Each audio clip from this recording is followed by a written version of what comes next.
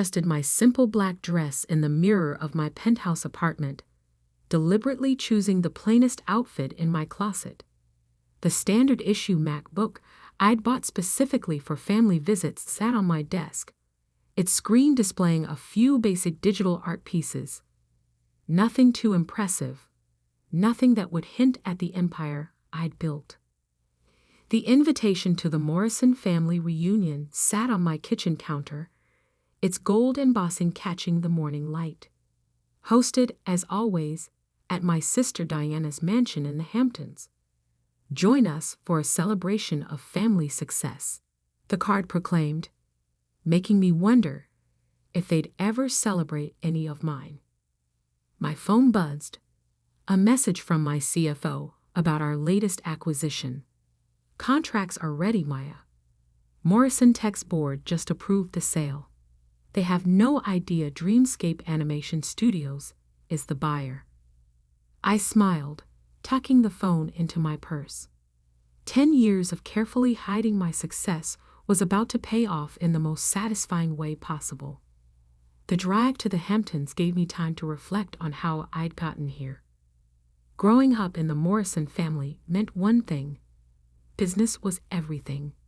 My father, James Morrison, had built Morrison Tech from the ground up, turning it into a respected name in enterprise software.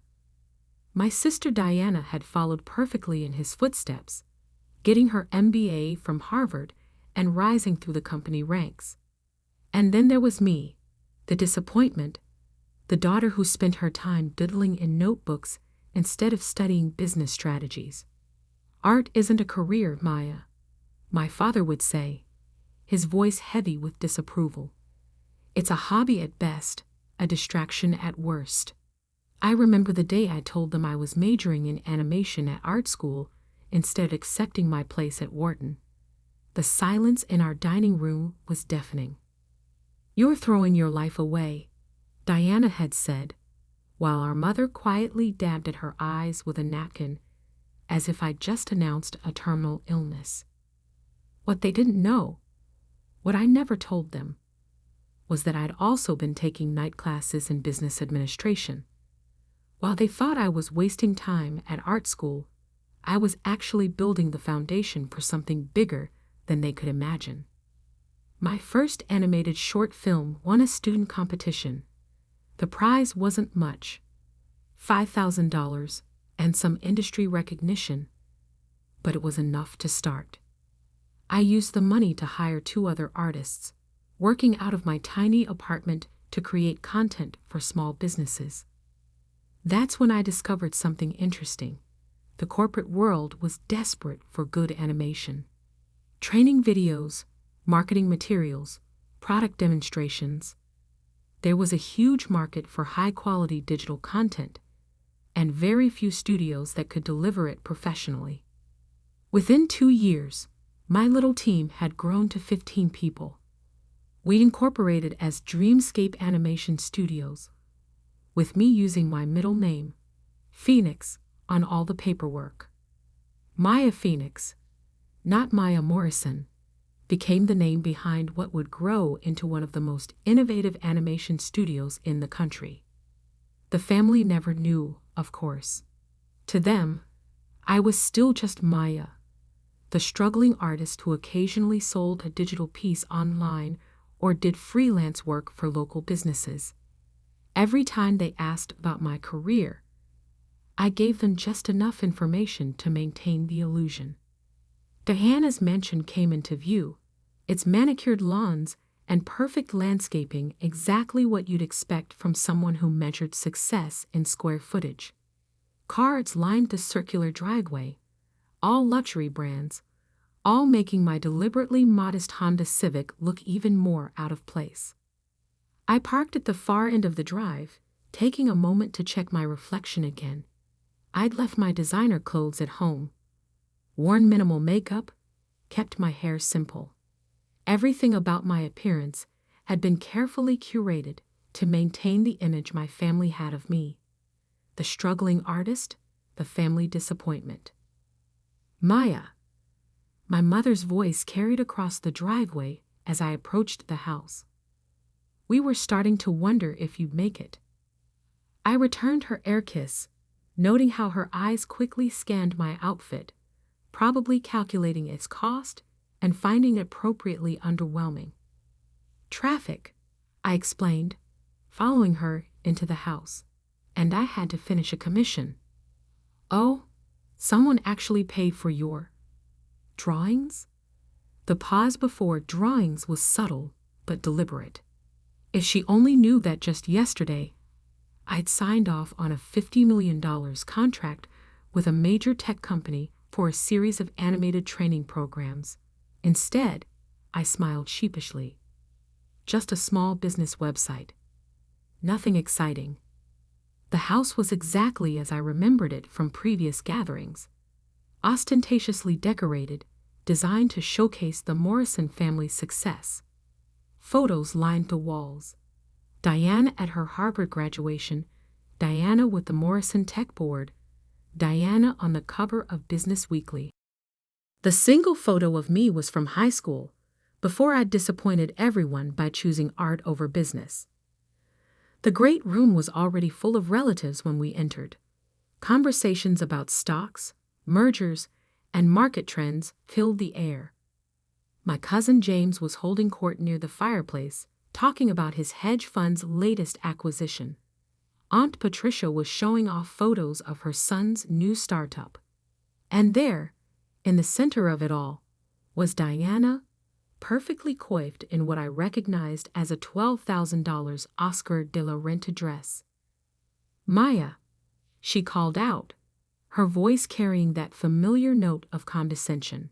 "I'm so glad you could take time away from your art to join us." She embraced me briefly, careful not to wrinkle her dress. "You look," she paused, searching for a diplomatic word, "comfortable." "Thanks," I said, pulling at my target dress self-consciously, playing the part she expected. "Your dress is beautiful." "Oscar de la Renta," she confirmed, smoothing the fabric. "A little celebration for closing our latest acquisition. Morrison Tech just bought out our biggest competitor in the enterprise software space." I bit back a smile.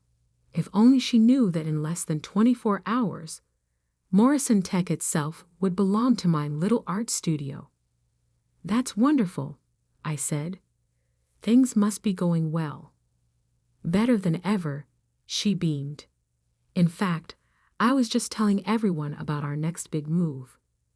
We're branching into digital content creation, animations for corporate training, marketing, that sort of thing." My heart skipped a beat. This was exactly why I'd moved to acquire Morrison Tech. They were planning to enter my territory, potentially becoming a major competitor. Instead, they were about to become part of my empire. Not that Diana knew that yet. "Animation?" I asked innocently. "That sounds complicated." Diana laughed, the sound carrying across the room. "Oh, Maya, it's all business strategy. The actual drawing part is just technical work. We'll hire people for that. People like," she gestured vaguely in my direction. "Well, Other relatives had drifted over, drawn by Diana's laugh. "Still drawing cartoons, Maya?" my cousin James asked, not bothering to hide his smirk. My fund is always looking for administrative assistants if you want a real job." "Thank you," I said quietly. "But I'm doing okay with my art." "Okay?" Diana raised an eyebrow. "Is that why you're still driving that old Honda? Still living in that tiny apartment?" They had no idea that I owned the entire building where my tiny apartment was located, or that my car collection included a Porsche and 2 Teslas. The Honda was just for family visits. "I get by," I shrugged. "Not everyone needs a mansion." "Getting by isn't the same as succeeding." My father's voice came from behind me. I turned to find him watching me with that familiar look of disappointment. Diana's latest deal is worth more than you'll probably make in your entire life drawing pictures. I felt a flash of anger but pushed it down. In less than a day, they would all learn just how wrong they were. The contracts were signed, the press release written. By this time tomorrow, Maya Phoenix would be revealed as the CEO of Dreamscape Animation Studios and the new owner of Morrison Tech. But for now, I just smiled and excused myself to get a drink. Let them have their moment of superiority. Let them believe what they'd always believed about me. After all, revenge is an art form too. The family reunion dragged on into evening, each hour bringing a new opportunity for my relatives to remind me of my perceived failures. I kept checking my phone, watching as messages from my executive team confirmed that everything was in place for tomorrow's announcement. Press release approved by legal. New York Times exclusive secured. Board transition documents ready for signing. I was standing by the floor-to-ceiling windows, watching the sunset over Diana's perfectly manicured garden. When my father approached, he held a glass of his favorite scotch, the same brand I had a case of in my office, though he didn't know that. "Maya," he said, his voice carrying that perpetual note of disappointment, "your mother and I have been talking." I braced myself. These conversations never ended well. "Diana's new digital content division will need artists," he continued. "Basic level stuff. Nothing too creative. But it would be steady work, benefits, a real salary." He emphasized real, as if what I did wasn't real work. "She's willing to give you a chance, despite your limited business experience." I took a sip of my champagne to hide my smile. If he only knew that my company's annual revenue was nearly triple what Morrison Tech made in digital services. "Thank you, Dad, but I'm okay with my freelance work." He sighed heavily. "Maya, you're 32 years old. Don't you think it's time to stop playing around with drawings and join the real world? Look at your sister. She's made something of herself." Through the window's reflection, I could see Diana holding court among our relatives, probably sharing another story of her business triumphs. She'd always been good at that, making sure everyone knew exactly how successful she was. "I know you think art is just playing around," I said carefully, "but there's more to it than you realize." "Is there?" He gestured at my simple dress, my unassuming appearance, because from where I stand, all I see is wasted potential. You could have gone to Wharton, could have been part of Morrison Tech's legacy. Instead, you chose to throw it all away for what? Digital doodles. The words stung, even after all these years, even knowing what I knew. Actually, I started, almost ready to tell him everything, but my phone buzzed again. A message from my COO. "Morrison Tech board members all confirmed for tomorrow's 9 a.m. meeting. They have no idea what's coming." I swallowed my confession. Less than 12 hours. I could wait that long. "Actually what?" my father prompted. "Nothing," I said. "You're right. I made my choices." He shook his head and walked away, leaving me to watch the final rays of sun disappear behind the trees. Across the room, I heard Diana's laugh ring out again. "Maya's always been different," she was saying to our Aunt Patricia. "Some people just aren't cut out for real success. At least she's finally accepting the hand up we're offering." I checked my watch. 7:30 p.m. In less than 14 hours, everything would change. The rest of the evening passed in a blur of subtle jabs and condescending offers of help. Cousin James offered to teach me basic business accounting. Aunt Patricia suggested her daughter could help me build a proper website for my little art business. Even my mother got in on it, quietly showing me job listings for graphic design positions at local marketing firms. Through it all, I maintained my facade of quiet resignation, playing the role of the struggling artist they all expected me to be. But inside, I was counting down the hours. Finally, as the party wound down, Diana cornered me by the coat check. "I hope you'll seriously consider Dad's offer," she said, her voice dripping with folk concern. "The position wouldn't be anything too challenging. Just basic artwork for corporate presentations, employee handbooks, that sort of thing. We'd start you at an entry-level salary, of course, but it's better than whatever you're making now." I thought about my penthouse office overlooking Central Park, about the team of over 200 artists and animators who worked for me, about the groundbreaking projects we were developing that would revolutionize digital animation. "I'll think about it," I said. "Don't think too long," she advised. "Once we announce our expansion into digital content next week, we'll have plenty of qualified applicants. I'm only offering because you're family." I nodded, accepting my cope from the attendant. "Speaking of announcements, will you be at the office tomorrow?" "Of course," she said proudly. 9 a.m. sharp. We have a major meeting with our mystery buyers. Some big animation studio is interested in partnering with us. She smirked. "See what happens when you think bigger than just drawing pictures." "Good luck with the meeting," I said, turning to leave. "Maya," she called after me. "That outfit you're wearing, if you do decide to take the job, you'll need to dress more professionally. Appearance matters in the corporate world." I looked down at my intentionally modest dress, thinking of the closet full of designer clothes waiting at home. I'll keep that in mind.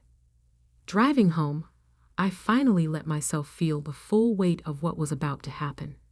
10 years of hiding my success, of letting them believe I was a failure, all leading to this moment.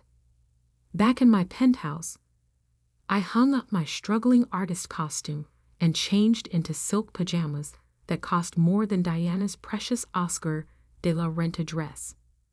My real laptop, not the prop I took to family functions, was open on my desk, displaying the final acquisition documents for Morrison Tech. A message popped up from my assistant. "Everything set for tomorrow. Car will pick you up at 8:30 a.m. The Morrison Tech board doesn't know you're attending the meeting." I poured myself a glass of scotch, the same brand my father had been drinking, and walked out onto my terrace. The city lights sparkled below, a canvas of electric stars. Somewhere out there, Diana was probably still basking in her imagined triumph, telling her husband about her plans to give her struggling artist sister a chance at a real career. My phone rang, the private line only my executive team had access to. It was Marcus, my COO. "Maya," he said when I answered, "just wanted to confirm you're ready for tomorrow. Once we make the announcement, everything changes. Your family? They'll finally see the truth," I finished. "All of it.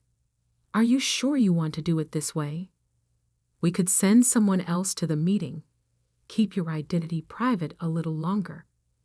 I thought about my father's disappointment, Diana's condescension, all the years of being treated as less than because I chose art over their version of success. "No," I said firmly. "I want to be there. I want to see their faces when they realize who they're really dealing with." After hanging up, I stayed on the terrace for a long time, thinking about the journey that had brought me here.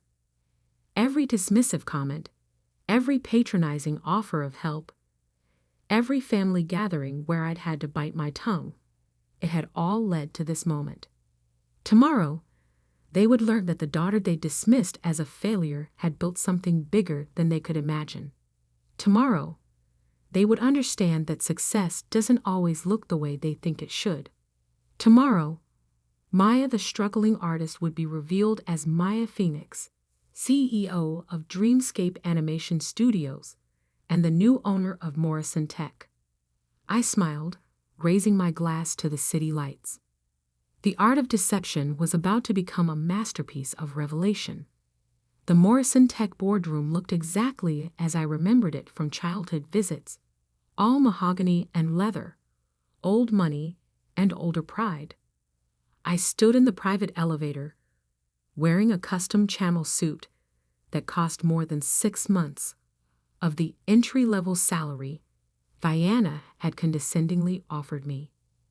"Ready, Miss Phoenix?" Marcus asked beside me. We'd worked together since the beginning. When Dreamscape was just 3 people in my apartment, I checked my reflection in the elevator's mirrored walls. Gone was the carefully cultivated image of the struggling artist. Today, I looked every inch the CEO I truly was. "Ready?" I confirmed, just as the elevator doors opened to the executive floor. Diana was already in the boardroom, speaking animatedly to the other board members. My father sat at the head of the table, looking imperial in his custom suit. Neither of them noticed me at first, too busy discussing their plans for the future. A future they didn't realize was about to change dramatically. "The Dreamscape representatives should be here any minute," Diana was saying. "Once we finalize this partnership, Morrison Tech will dominate the digital content space." "Actually," I said, stepping into the room, "there's been a slight change of plans." The room fell silent. Diana's mouth dropped open, her professional composure cracking for the first time I could remember. "Maya?" My father stood up, confusion evident on his face. "What are you doing here?" "This is a private board meeting." I smiled, placing my briefcase on the table. "I know exactly what this meeting is. In fact, I called it." "This is ridiculous," Diana snapped, recovering her voice. "Security won't be necessary," Marcus said smoothly, stepping forward. "Miss Phoenix has every right to be here." "Phoenix." Diana's eyes narrowed. "Her name is Morrison."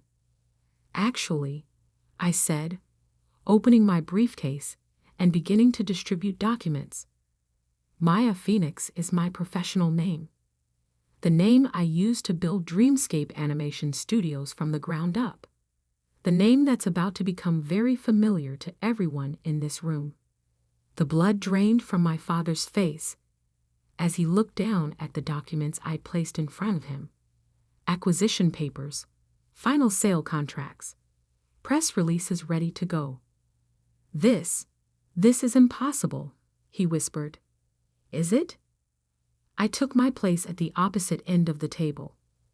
"Let me tell you a story about a girl who loved art and business equally. Who took night classes in business administration while attending art school. Who saw an opportunity in the market for high-quality corporate animation and built a company that now grosses over $100 million annually." Diana was frantically flipping through the papers, her hands shaking. You're Maya Phoenix, the CEO of Dreamscape?" "The same," I confirmed.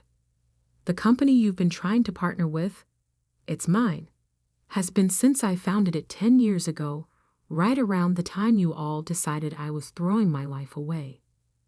But you're just an artist," Diana stammered. "You live in a tiny apartment. You drive a Honda." I couldn't help but laugh. "I own the building where that tiny apartment is located. The Honda is just what I drive to family functions. Would you have preferred I showed up in my Porsche? Given you one more thing to assume I couldn't afford." My father was still staring at the documents, particularly the page showing Dreamscape's current market valuation. "All this time," he murmured. "All this time," I agreed. "Every family gathering where you mocked my career choice. Every condescending offer of help, every comparison to Diana's real success. I was building something bigger than Morrison Tech could ever dream of being. Why? Diana demanded. Why hide it? Why let us think? Because you never would have accepted it. I cut her off. You would have tried to take control, to make it part of the Morrison Tech empire. You would have turned my vision into just another division of your company. I needed to build this my way, on my own terms. I stood up, smoothing my designer suit. And now, as of 9 a.m. this morning, Dreamscape Animation Studios is the proud owner of Morrison Tech. We'll be restructuring the company, focusing on innovation rather than tradition. Diana, your position as CEO will be eliminated, though you're welcome to interview for a role in our creative department. Father, you'll be transitioned to an advisory role until your retirement next month. The silence in the room was absolute. Even the other board members, who usually deferred to my father in everything, sat in stunned silence. You can't do this, Diana finally whispered. Actually, I can and I have. The board approved the sale last week, though they didn't know I was the buyer. The contracts are signed. The press release goes out in... I checked my watch. Approximately 10 minutes. As if on cue, my phone buzzed. The New York Times exclusive was live. Art meets tech. Dreamscape Animation Studios acquires Morrison Tech in surprise deal. CEO Maya Phoenix reveals plans for digital innovation. I turned my phone around, showing them the headline.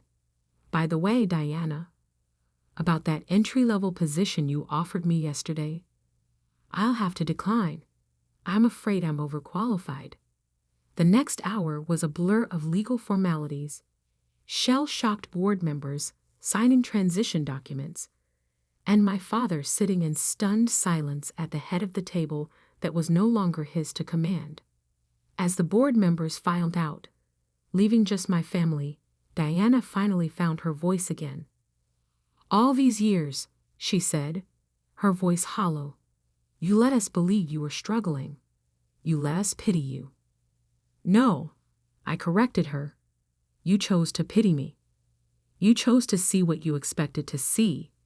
The failed artist, the family disappointment. You never once considered that I might be capable of more. My father stood up slowly, looking older than I had ever seen him. Maya, save it, I said, but not unkindly. I didn't do this for revenge. I did it because it was the right business decision.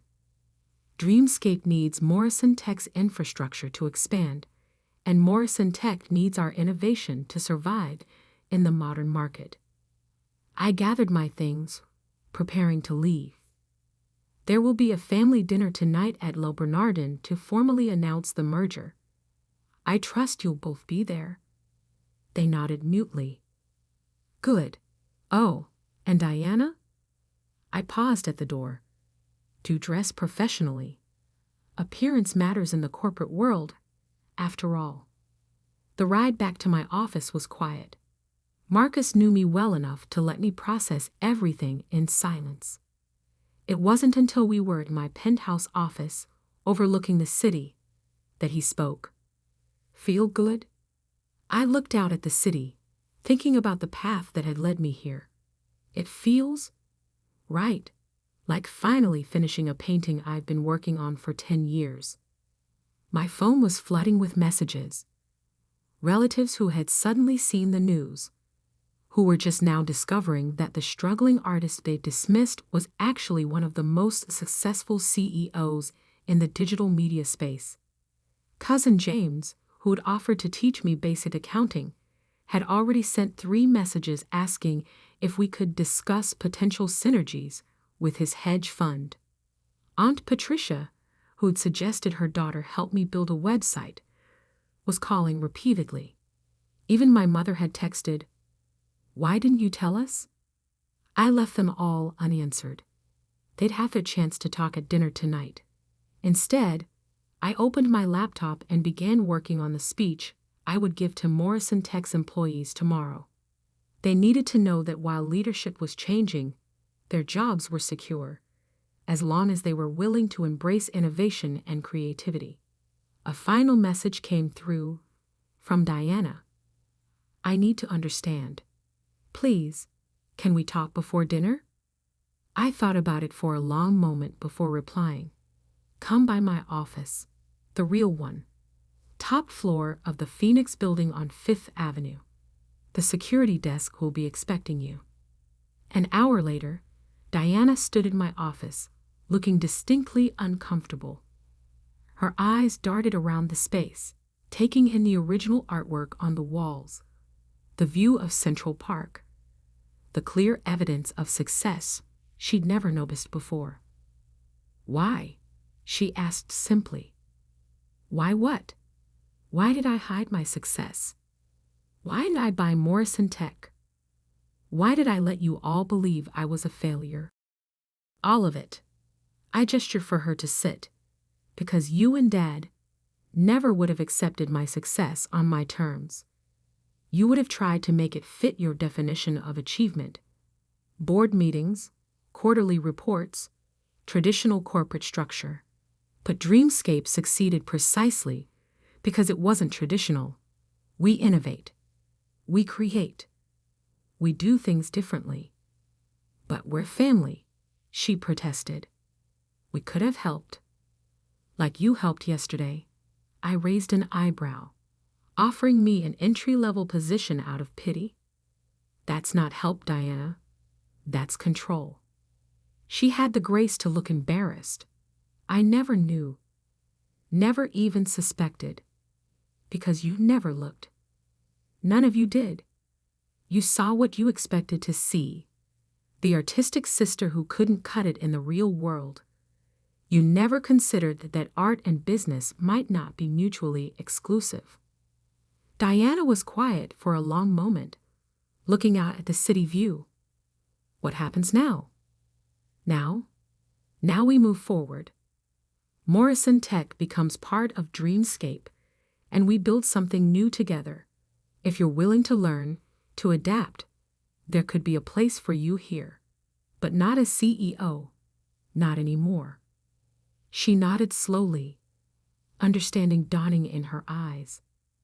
You're not just my little sister anymore, are you? I never was just your little sister, I corrected her. You just never saw who I really was. That evening, as I stood addressing our extended family at Le Bernardin, I saw something I'd never seen before in their eyes. Respect. Not pity, not condescension, but genuine respect. To new beginnings, I raised my glass, and to the art of success. Later that night, back in my penthouse,